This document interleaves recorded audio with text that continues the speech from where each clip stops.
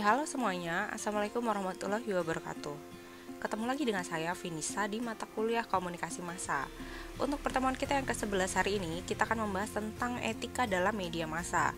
Jadi untuk minggu ini, kita lebih ke konsep-konsepnya, kita akan melihat sebenarnya idealnya itu seperti apa. Dan di pertemuan ke-12, kita akan membahas tentang kasus-kasus yang mungkin ada di sekitar kalian atau terjadi di Indonesia. Jadi sebelum kita ke kasusnya, kita pahami dulu konsep-konsep yang ada dalam etika di media massa. Silakan teman-teman dengarkan penjelasan kali ini sampai selesai. Yang pertama adalah definisi soal etika. Etika ini sebenarnya berasal dari kata Yunani, yaitu ethos, yang berarti sikap, keyakinan, atau kepercayaan gitu ya. Nah, di sini menekankan pada bagaimana etika ini berkaitan dengan apa yang harus kita kerjakan, apa yang tidak boleh kita kerjakan. Dalam konteks kode etik jurnalistik atau kode etik yang berada di media massa, otomatis kode etik jurnalistik itu berkaitan dengan filosofi moral yang berkaitan dengan penilaian kepada pekerja pers, mana yang disebut baik dan mana yang disebut buruk. Atau ada juga yang mengatakan bahwa kode etik jurnalistik itu berkaitan dengan kajian tentang peraturan yang mengatur tingkah laku para pekerja media. Nah, pekerja media ini sebenarnya bukan hanya jurnalis. Jadi, walaupun kode etik ini sering disebut sebagai kode etik wartawan gitu ya, tapi sebenarnya ini berkaitan juga dengan pekerja media yang mungkin ada di kantor-kantor media, contohnya redaktur, kemudian pimpinan redaksi, pokoknya semua pekerja media yang terlibat dalam proses produksi pesan di media massa.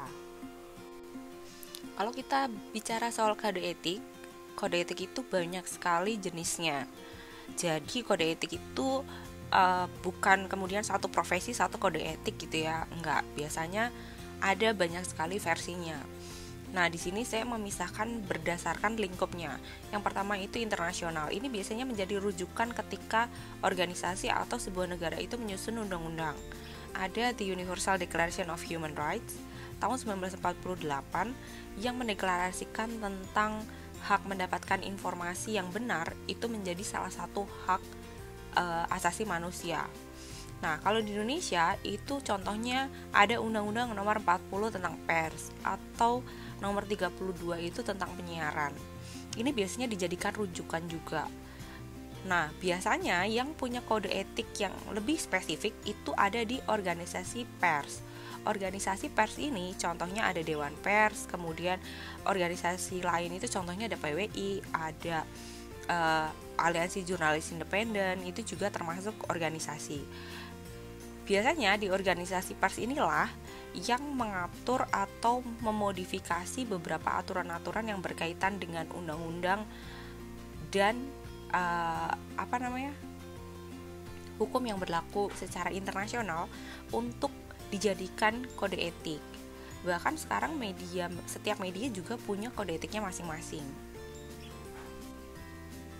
Karena jenis kode etik jurnalistik yang sangat banyak itulah, jadi kita nggak mungkin untuk membahas satu-satu. Mungkin kita harus bahas kode etik jurnalistik versi Dewan Pers, kemudian kita bandingkan dengan versi PWI, versi AJI, dan lain-lain. Jadi kita di sini hanya akan membahas tentang landasannya aja. Nah, landasan ini biasanya berlaku secara universal. Dalam hal ini, saya mengambil salah satu sumber, yaitu 9 elemen jurnalisme dari Bill Kovac dan Tom Rosenthal sebagai salah satu landasan penyusunan kode etik jurnalistik di Indonesia ataupun negara-negara yang lain. Jadi 9 elemen jurnalisme ini sebenarnya diambil dari bukunya Bill Kovac sama Tom Rosenthal. Jadi Bill Kovac sama Tom Rosenthal ini melakukan riset selama 3 tahun dengan mewawancarai 1.200 jurnalis. Hasil wawancara itu kemudian dirumuskan menjadi 9 elemen jurnalisme ini. Elemen yang pertama adalah kebenaran. Kebenaran itu maksudnya adalah tugas seorang jurnalis adalah melaporkan kebenaran. Kebenaran macam apa sih yang harus dilaporkan sama jurnalis? kita mungkin mengenal banyak sekali macam-macam kebenaran, ya nggak? Kita punya kebenaran versi agama, kita punya kebenaran versi ideologi kita gitu. Tapi kalau di sini dalam konteks jurnalis, kebenaran itu maksudnya adalah kebenaran yang sifatnya fungsionalis. Fungsionalis ini adalah versi kebenaran yang kemudian bisa direvisi, sangat bisa untuk menjadi salah di lain waktu. Contohnya ketika ingin memberitakan tentang COVID-19, mungkin di hari ini sekian ribu orang menjadi korban, tapi mungkin di minggu depan informasi itu sudah salah karena mungkin ada penambahan jumlah korban, mungkin ada penambahan jumlah orang yang sembuh dan lain-lain. Jadi itu yang disebut sebagai kebenaran fungsionalis. Sangat bisa untuk direvisi dan hanya berlaku pada saat ia dipublikasikan. Kemudian elemen yang kedua adalah loyalitas pertama jurnalis adalah pada masyarakat. Jadi walaupun wartawan bekerja di bawah perusahaan media, dia berhubungan dengan pemerintah mungkin dia juga meliput beberapa perusahaan-perusahaan swasta dan elemen yang lain, masyarakat adalah elemen yang menjadi tanggung jawab dari jurnalis. Jadi jurnalis itu tidak bekerja untuk melayani pemerintah dan elemen lain, tapi hanya untuk melayani masyarakat. Jadi idealnya ketika wartawan memutuskan untuk apakah peristiwa ini itu layak untuk diliput atau enggak, itu yang harus dipikirkan adalah apakah masyarakat membutuhkan informasi ini atau enggak. Kalau masyarakat butuh berarti diliput, kalau masyarakat nggak butuh berarti nggak diliput, kayak gitu. Dan ketika meliput sebuah peristiwa gitu ya, itu harus mementingkan kepentingan masyarakat dulu, bukan mementingkan kepentingan pemerintah atau perusahaan medianya sendiri. Kemudian yang ketiga adalah melakukan verifikasi. Verifikasi itu adalah salah satu prinsip dasar dari objektivitas. Maksudnya adalah semisal ada seorang wartawan nih, dia kemudian meliput ke narasumber A, kemudian dia mendapatkan sebuah informasi. Sebagai seorang wartawan, dia tidak boleh langsung percaya pada informasi itu. Jadi dia harus melakukan verifikasi ke sumber lain untuk melakukan cross check apakah informasi ini benar atau enggak, kayak gitu. Jadi verifikasi itu kayak gitu, cover both side. Jadi ketika mewawancarai satu orang itu tidak cukup untuk memverifikasi sebuah informasi. Dia harus melakukan cross check ke sumber A, sumber B, sumber C, dan sumber lainnya. Skeptis itu artinya berarti tidak langsung mempercayai informasi yang ia dapatkan. Kemudian yang keempat adalah independen. Jurnalis itu harus independen terhadap orang-orang yang mereka liput atau disebut juga sebagai narasumber. Dalam hal ini, ketika melakukan pemberitaan itu bukan karena dia udah ditraktir makanan gitu ya, dia udah dikasih uang mungkin, atau dia meliput peristiwa karena mungkin saudaranya adalah yang punya usaha tersebut. Itu nggak boleh kayak gitu. Independen itu berarti ketika dia melakukan sebuah pekerjaannya itu tidak dicampuri oleh tangan-tangan lain, terutama dari narasumber. Bahkan sebenarnya pihak media sendiri itu pun harusnya tidak ikut campur dalam hal melakukan pemberitaan. Elemen yang kelima adalah watchdog. Watchdog itu maksudnya adalah bagaimana posisi jurnalisme itu sebagai pengendalian kekuasaan.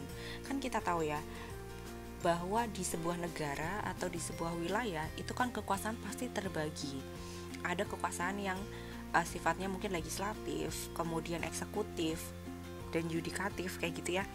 Nah, di situ jurnalis atau jurnalisme atau media massa itu menjadi pilar keempat yang kemudian mengontrol bagaimana kekuasaan-kekuasaan itu dibagi. Jadi dalam hal ini watchdog itu artinya anjing penjaga.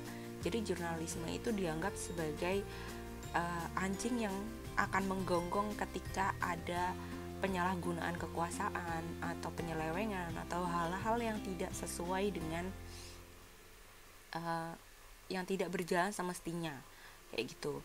Jadi mungkin teman-teman ada yang berpikir kalau kenapa sih berita itu isinya korupsi terus, kenapa sih berita itu isinya hal-hal negatif terus kayak gitu. Ya karena jawabannya karena media di sini sebagai anjing penjaga kayak gitu.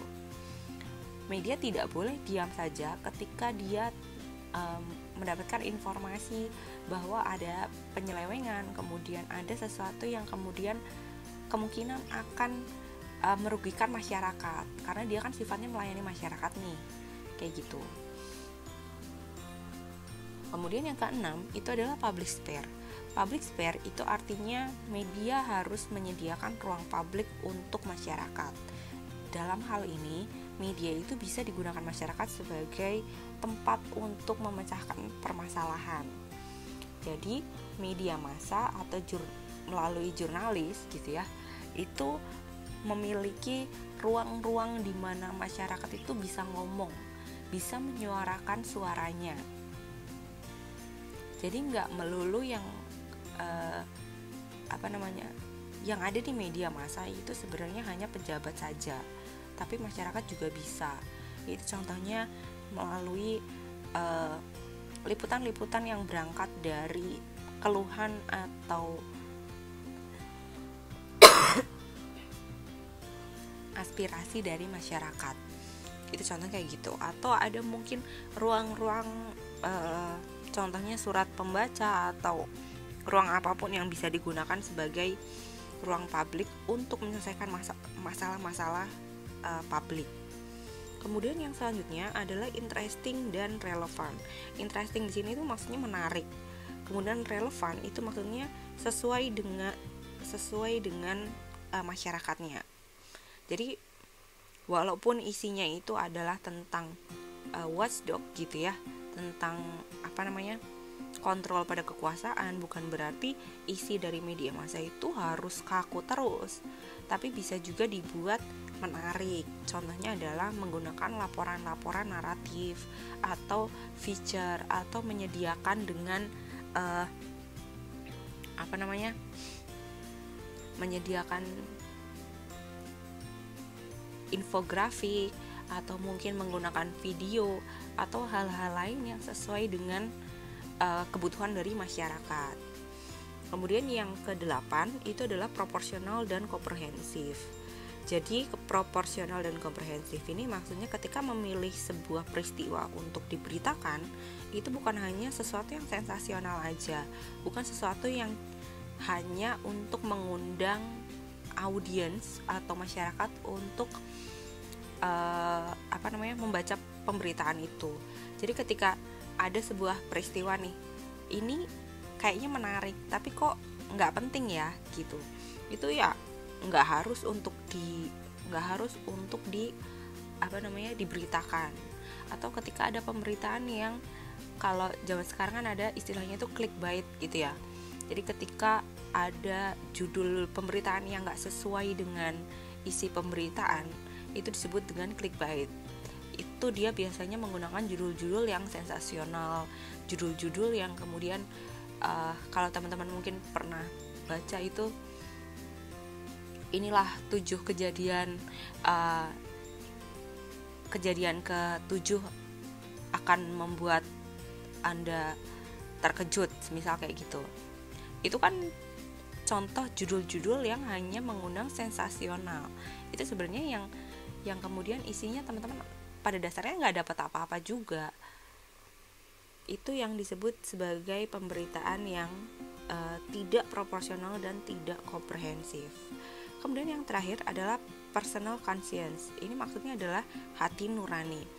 Jadi Bill Kovac dan Tom Rosenthal itu menyediakan satu space khusus untuk para jurnalis untuk menggunakan hati nuraninya.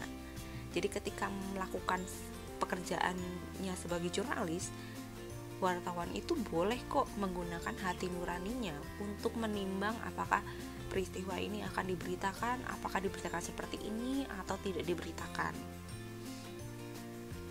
Dalam hal ini itu banyak sekali jurnalis-jurnalis itu menghadapi peristiwa-peristiwa dilematis yang kemudian tidak bisa diselesaikan dengan 8 elemen yang tadi sudah disebutkan. Maka dari itu, Bill Kovacs sama Tom Rosenfeld menyediakan satu hati nurani untuk memberitakan. Di sini banyak sekali contohnya.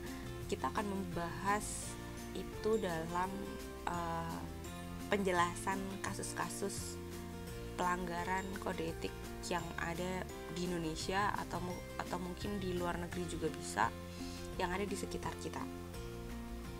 Yang terakhir ini terkait dengan alasan kenapa kok ada sih jurnalis yang melanggar kode etik kayak gitu ya. Jadi kita juga nggak bisa kemudian menyalahkan jurnalis 100% ketika dia melanggar kode etik gitu ya. Kita harus memahami juga bagaimana background atau latar belakang kenapa dia melanggar kode etik tersebut. Kalau menurut Maxwell itu yang pertama itu karena ada tuntutan media.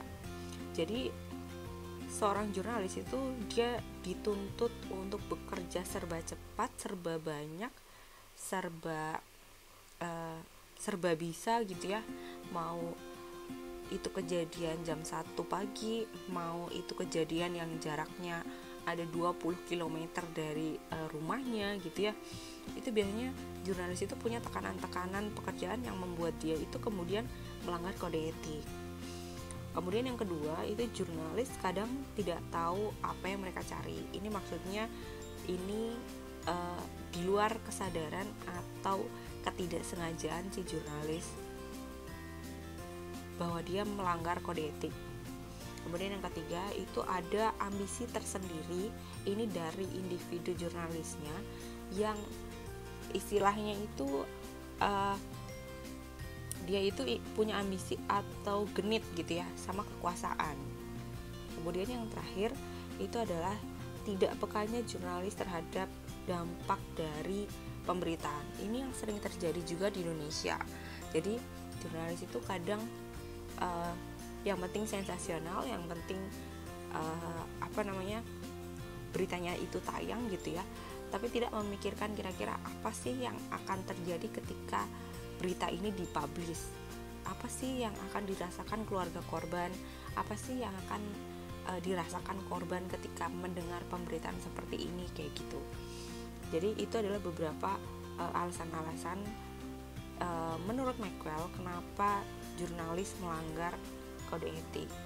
Tapi sebenarnya ini juga nggak menutup alasan-alasan lainnya yang lain ya, terutama di Indonesia karena ini kan juga bukan buku yang berasal dari Indonesia, jadi ini masih perspektif Barat. Mungkin setelah ini kita akan membahas yang lebih versi Indonesia lagi pada materi contoh kasus pelanggaran yang ada di Indonesia. Ya, itu saja untuk materi kita hari ini. Kita akan lanjutkan materinya di minggu depan, yaitu pada diskusi pembahasan kasus-kasus pelanggaran kode etik yang ada di sekitar kita. Saya akan melakukan diskusi via Google Meet sesuai dengan jadwal kelasnya masing-masing. Untuk persiapannya silakan teman-teman cari sendiri, browsing dulu sebanyak-banyaknya kasus yang terjadi di Indonesia terkait dengan pelanggaran kode etik di Indonesia. Itu saja dari saya. Mohon maaf kalau suaranya sedikit tidak jelas karena kondisi saya yang lagi kurang sehat. Tapi teman-teman bisa ajukan pertanyaan via WhatsApp group atau via Open Learning. So thank you for your attention. See you next week. Wassalamualaikum warahmatullahi wabarakatuh.